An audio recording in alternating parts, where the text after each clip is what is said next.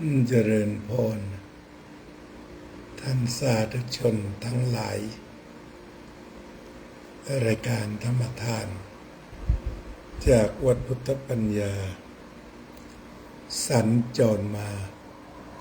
ที่วัดอุโมงค์ตำบลสุเทพอำเภอเมืองจังหวัดเชียงใหม่รายการธรรมทานในวันนี้วันที่24เดือนมีนาคมพุทธศักราช2569ก็รายงานการเดินทางไปแจกทุนจากโครงการรักโลกรักหนองแก่นักเรียน โรงเรียนบ้านแม่วากตำบลแม่นาจรอำเภอแม่แจ่มจังหวัดเชียงใหม่การเดินทางก็ต้องเตรียมตัวมากเป็นพิเศษนั่นคืออดีตท่านผู้อำนวยการของโรงเรียนแม่วาก ได้ พยายามหาน้ำมันอยู่2 วันเจริญพรโยมนิพาพรยิ่งรุ่งโรจน์หาน้ำมันอยู่2 วันนะพอจะได้เต็มถังการจะ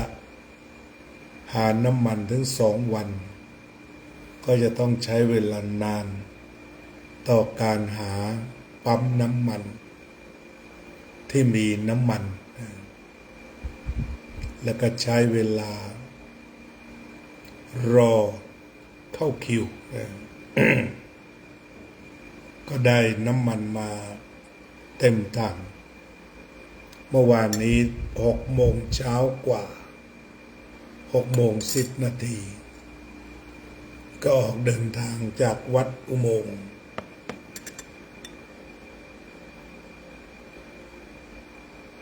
เจริญพรโยมนิพาพรยิ่งรุ่งโรจน์เจริญพรโยมรุ่งนภาโรจนะบุรานนท์เจริญพรโยมพรจันทร์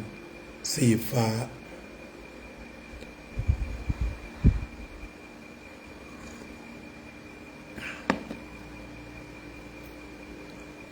เราก็ออกเดินทางเวลา 6 โมง 10 นาทีและก็พยายามที่จะดูแลว่าปั๊มน้ำมันใดที่เปิดขายพอเราวิ่งไปได้สัก50-60 กิโลก็เริ่มจะเติมไว้เรื่อยๆความคิดเป็นอย่างนั้นก็ปรากฏว่าขาไปก็ปั๊มปตท.เข้าไปก็ดีเซลหมดก็จะบอกอย่างนั้นแล้วก็เตรียมข้าวของน้ำขนมไปแจกเด็กๆโยมดวงสมรวงลิ่มเจริญพรแล้วเราก็ขึ้นไปเรื่อยๆผ่านปั๊มน้ำมันตรงไหนก็พยายามจะเข้าไปคำตอบคือไม่มีน้ำมันดีเซลหรือน้ำมันดีเซลหมดเจริญพรโยมไพจิตบุญร่วมถึงแม้เราจะคิดถึงความไม่ประมาทแต่ว่าไม่มีเอาจริงๆการเดินทางไปแม่แจ่มในช่วงแรกก็ขึ้นดอยอินทนนท์ก็เลี้ยวไม่เท่าไหร่แล้วก็ผู้ขับก็มีความเชี่ยวชาญเพราะตั้งแต่รับราชการก็วนเวียนทั้งมอเตอร์ไซค์และรถยนต์อยู่บนดอยเขตนั้นเขตแม่แจ่มแม่ฮ่องสอนเชียงใหม่ฮอดแถวนั้น ซึ่งทางที่เลี้ยวรถคดเคี้ยว ก็มีความทรหดอดทนพอไปถึงโรงเรียนก็จัดการเลี้ยงก๋วยเตี๋ยวที่เรียกว่ามื้อที่อิ่มโดยคุณสุพรรณิกาชายาลักษณ์เป็นเจ้าภาพหลักชาวบ้านส่วนหนึ่งผู้ปกครองผู้ใหญ่บ้านก็ได้ร่วมรับทานก๋วยเตี๋ยวขนมน้ำที่ท่านผอ.จัดการอย่างดีคืออยู่ด้วยกันมานานแล้วก็รู้ใจรับประทานอาหารฉันอาหารเสร็จมอบทุนการศึกษาทุกทุน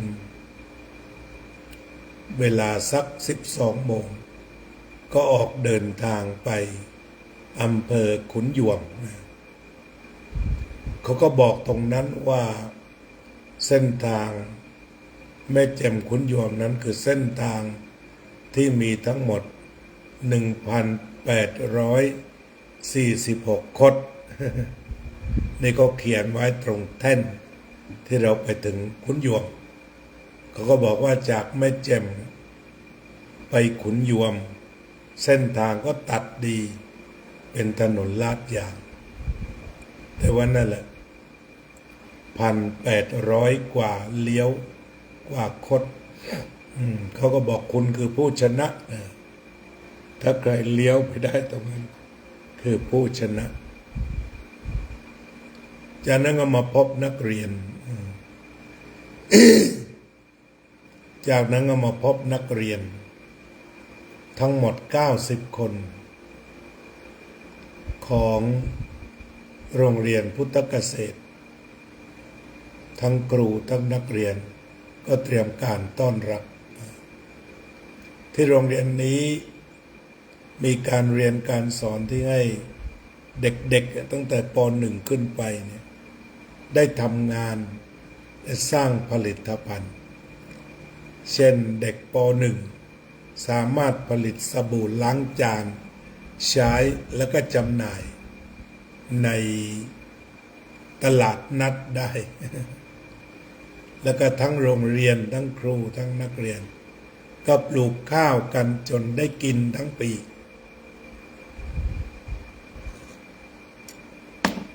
แล้วก็ได้ทำข้าวกล้องไรซ์เบอร์รี่แล้วก็บรรจุใส่ถุงอย่างดีก็ขายได้ปีหนึ่งหลายเหมือนกันเราก็เห็นว่าเด็กหรือครูเขาสร้างเด็กให้เป็นคนทำงานให้ช่วยตัวเองเสน่ห์ของโรงเรียนนี้แล้วก็มีจิตสำนึกใช้ปุ๋ยอินทรีย์เรียกว่าไม่นิยมการใช้ยาฉีดก็ปลูกผักเพาะเห็ดปลูกข้าวการที่เราได้นำเงินไปให้ปีละ 70,000 ก็จะได้เป็นกองทุนหมุนเวียนสนับสนุนหลายอย่างที่ครูอยากจะทำให้เด็กๆก็เป็นพื้นฐานที่สำคัญมีผู้ฝากเงินค่าอาหารบ้างค่าอุปกรณ์การปรุงบ้างก็เรียกว่าได้ประมาณสัก 80,000 กว่าบาทเด็กๆคุณครูมีความตั้งใจครูโรงเรียนนี้ไม่ได้เงินตามวุฒิแต่มีเงินพอยังชีพแล้วก็อุทิศตนเพื่อเด็กๆซึ่งเด็กๆเหล่านี้ส่วนใหญ่ก็ขาดพ่อขาดแม่เป็นเด็กอพยพเรียกว่าเป็นมนุษย์โรงเรียนนี้เป็นเรื่องของการดูแลมนุษย์ปรารถนาดีต่อมนุษย์ล้วนๆอาตมาก็ช่วยในนามโครงการรักโลกรักน้องมาหลายปีอันนี้ก็เป็นเรื่องที่เล่าให้ฟังแจกทุนการศึกษาเสร็จก็มาทางแล้วก็แม่เสรียงอีกสายหนึ่งคือไม่ย้อนขึ้นดอยอินทนนท์แต่ก็มาทางสายแม่เสรียงแม่ลาใหญ่แม่ลาน้อยแล้วก็เข้าฮอดจังหวัดเชียงใหม่ เที่ยวนี้ก็คดหน้าดู แต่เขาไม่ได้เขียนว่าคดเท่าไหร่แต่เยอะทีเดียวแต่กล่าวกันว่าถ้าขับจากเชียงใหม่บางเส้นใน7,000นะคือขนาดนั้น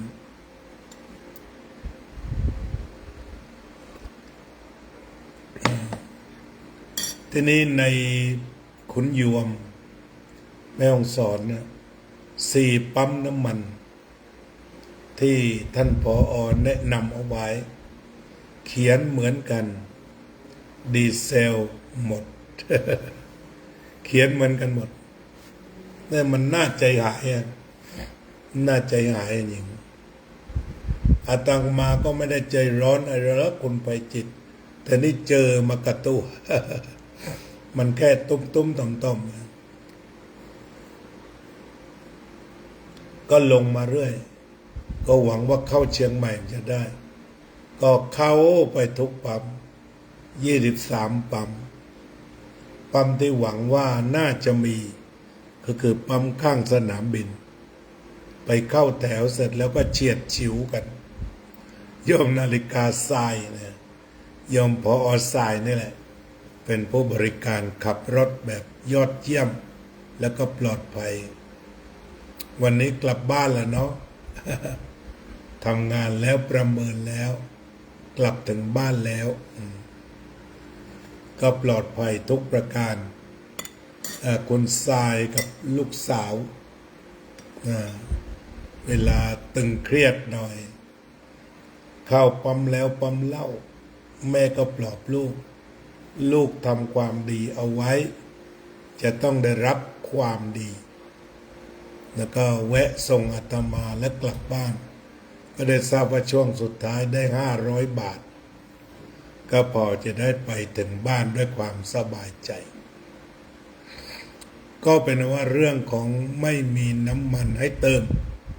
เป็นเรื่องจริงก็ที่เล่าประสบการณ์เป็นของจริงแล้วคนก็จะลำบากจะหวาดกลัวจะเครียดอันนี้เป็นบุคคลที่ไปเป็น100 โลก็ยังไม่มีน้ำมันให้เติมตรงนี้ก็ต้องส่งเสียงกันแหละนะบางทีรัฐบาลก็มีทฤษฎีว่าทุกปั๊มต้องมีน้ำมันแต่ไม่มีอันนี้รายงานไปจากเชียงใหม่ว่าไม่มีน้ำมันให้เติมเป็นเรื่องจริงทีนี้ผลกระทบที่กระทบหมดเช่นพี่น้องชาวดอยที่บรรทุกกะหล่ำปลีมาจำหน่าย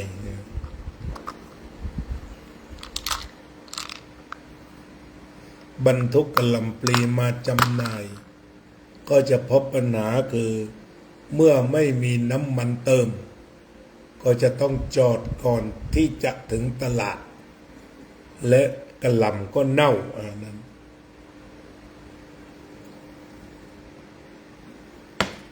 อันนี้ก็คือเรื่องจริงของจริงนะ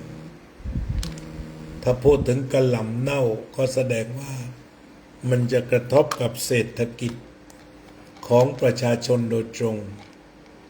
ทั้งผู้รับกะหล่ำก็ไม่มีกะหล่ำจะขายผู้บรรทุกกะหล่ำเต็มรถก็ไม่มีน้ำมันจะไปในความทุกข์ทั่วหน้าจริงๆ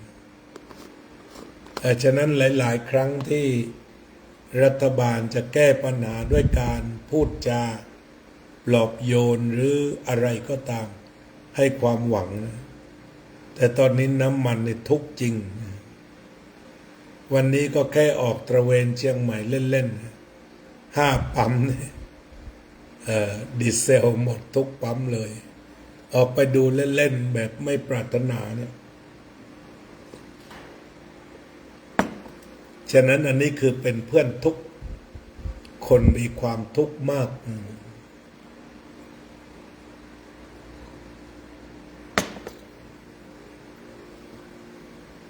ก็ปรารถนานะ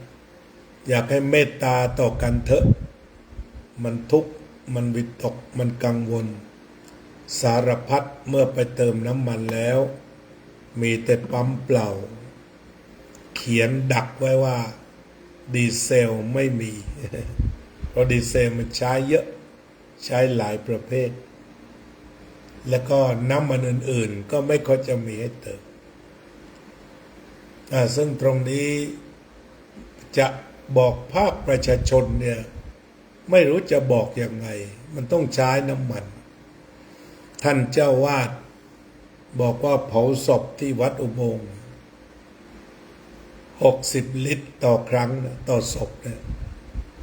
ต้องตระเวนไปเกือบจะ10 ปั๊มกว่าจะได้มานี่ก็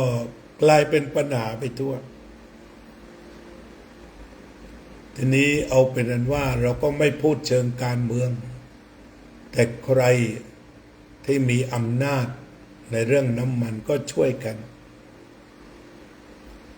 ทีนี้ปัญหาที่เราพบเวลาเข้าไปในปั๊มนั้น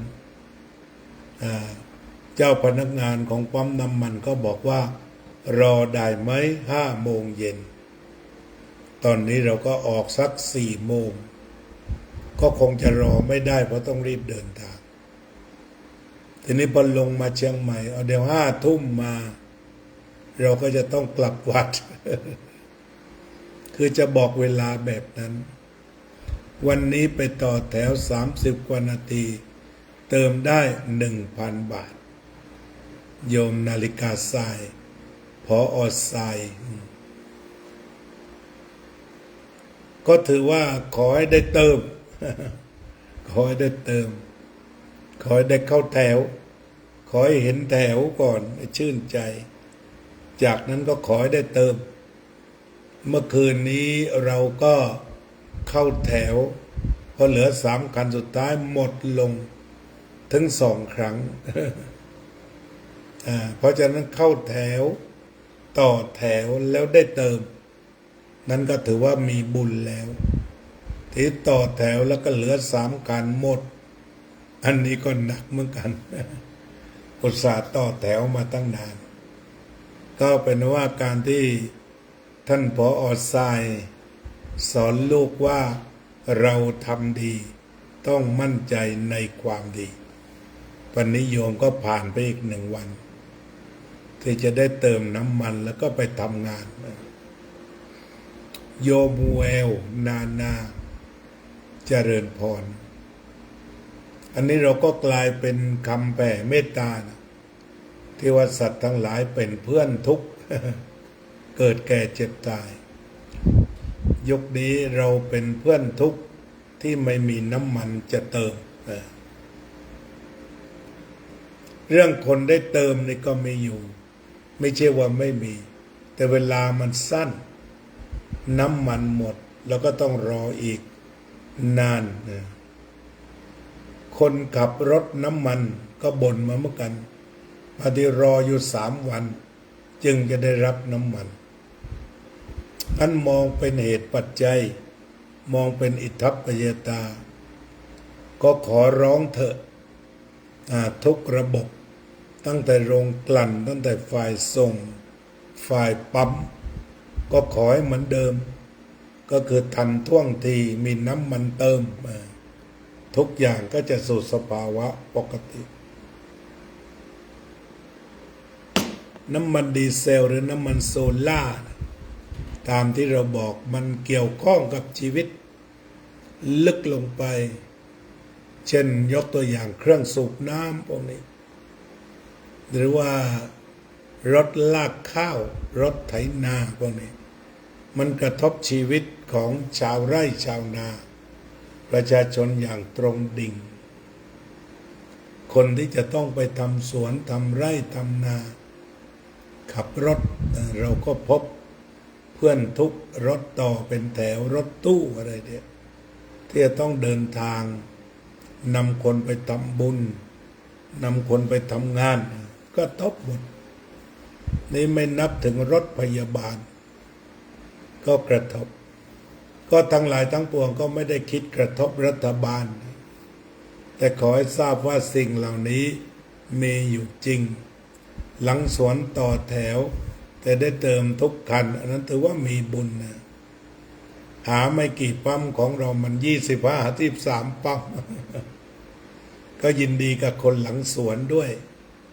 ที่ไปต่อแถวแล้วก็ได้เติม ก็เหมือนในสหรัฐอเมริกานานมาแล้ว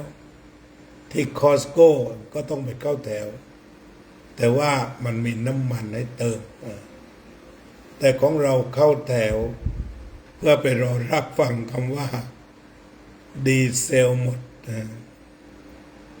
แต่เป็นงานฝึกจิต เด็กก็พูดจาไพเราะขึ้น แล้วก็คนที่รอก็ได้ฝึกขันติธรรม มีจิตอันประกอบไปด้วยเมตตา มีความอดทนนะอันจะเป็นคุณธรรมสำคัญ คืออดทนแล้วก็เมตตาต่อกัน ในสถานการณ์น้ำมันแพง สมัยก่อนสมัยเพลงน้ำมันขาดแคลน คุยกับแฟนก็ต้องดับไฟเนี่ย มันก็แค่2 บาท ตอนนั้นพอน้ำมันขึ้น3 บาทพลเอกเกรียงศักดิ์ ชมานันถูกอภิปราย ไม่ไว้วางใจจนลาออกกลางสภาจำได้ขึ้น3 บาทตอนนั้น ก็ถือว่าเป็นเรื่องใหญ่มาก แต่ตอนนี้ก็ดีดขึ้นมาเท่าไหร่30 เท่าตัว ทีนี้มันก็มีความจริงหลายมุมที่นำมาคุยกัน มันก็มีความจริงหลายมุม อาตมาคิดว่าเราควรคิดเชิงบวกทำยังไงหันหน้าเข้าหากัน แล้วคิดถึงส่วนรวม ในระบอบประชาธิปไตย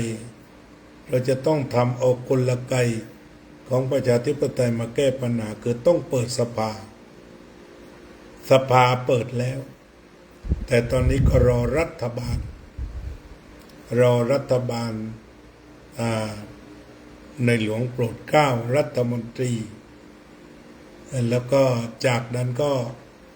จะต้องอภิปรายนโยบายแล้วก็เริ่มทำงาน ก็น่าจะเป็น10 วัน คิดอีกแง่พระอาจารย์ฝึกระเบียบวินัย ฝึกความอดทนให้คนค่ะ เพราะไปต่อแถวนานเกินก็ดับเครื่องรอ จะร้อนหน่อยก็อดทนนะอดทนแล้วต้องเมตตา เพราะบางทีถ้ามันขันติกลายเป็นขันแตกเนี่ยเป็นปัญหาเหมือนกัน ก็แต่ว่าอดทนลำบากทนตรากตรำทนเจ็บใจ ก็เป็นเรื่องการมองโลกในแง่ดี ถ้าแบบนี้เรามีสติเรามีสมาธิเรามีปัญญา เราอดทนพอก็ช่วยกันแก้ปัญหาไม่รุนแรงทำยังไงชาวพุทธจะมีแนวโน้ม ที่จะใช้ความเมตตากับปัญญา แก้ปัญหาไม่ใช้ความรุนแรง แบบที่คนหนึ่งโมโหปั๊มน้ำมัน แล้วเอากระบองมาฟาดหน้ารถตัวเอง เสียหายหนัก ฉะนั้นยังไงก็ทนไว้ โยมประพันธ์วงศ์พาณิชย์เจริญพร สถานการณ์น้ำมันทางพังงาเป็นอย่างไรบ้าง ได้เข้าคิวไหม ไปเติมแล้วมีเติมไหมเล่าสู่กันฟัง โยมประพันธ์วงศ์พาณิชย์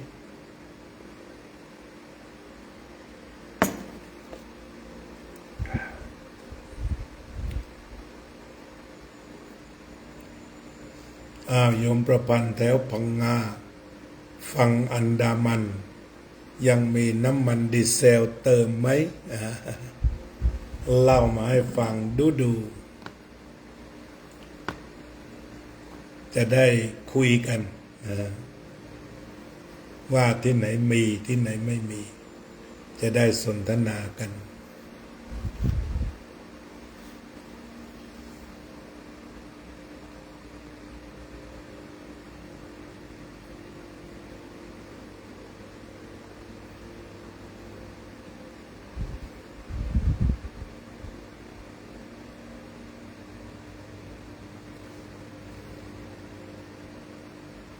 ก็จะเรียกว่าธรรมะ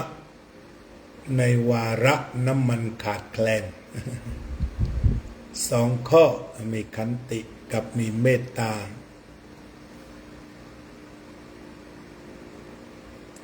มันปกติได้อยู่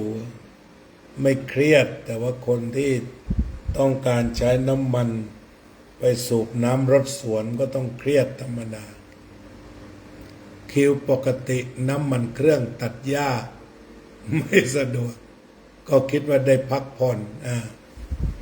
นี่ก็ได้คนมีธรรมะน้ำมันที่จะใส่เครื่องตัดหญ้าไม่มีก็ถือว่าได้พักผ่อนก็คิดในเชิงบวกแบบคนวัดนะ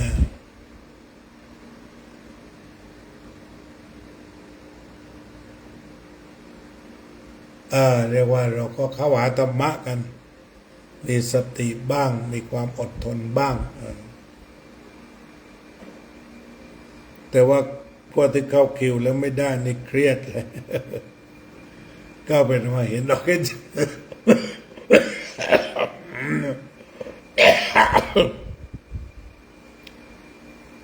เพราะปัญหาน้ำมันเป็นอิทัปปัจจยตาเหมือนกัน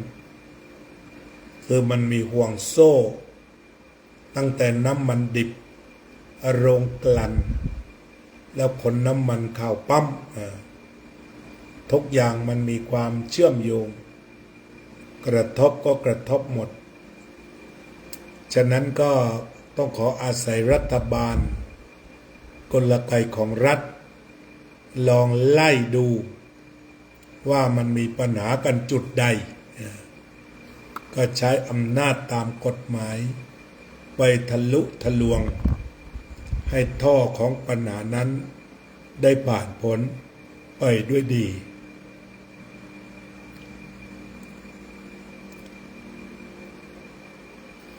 วันนี้ก็คงจะพบกันแค่นี้ไม่ได้พบกันนานบางคราวเย็นๆก็มีงานคุยกันหรือบางทีก็เพลียซะเจริญพรโยมป้าแอบางทีมันมีอาการอ่อนเพลียซะก่อนก็ถึงกับจัดไม่ไหว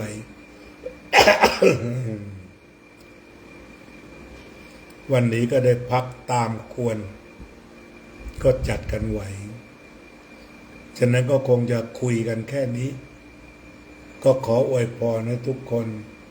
สมปรารถนาในการตามหาน้ำมันด้วยกันทุกท่านทุกคนเทอญ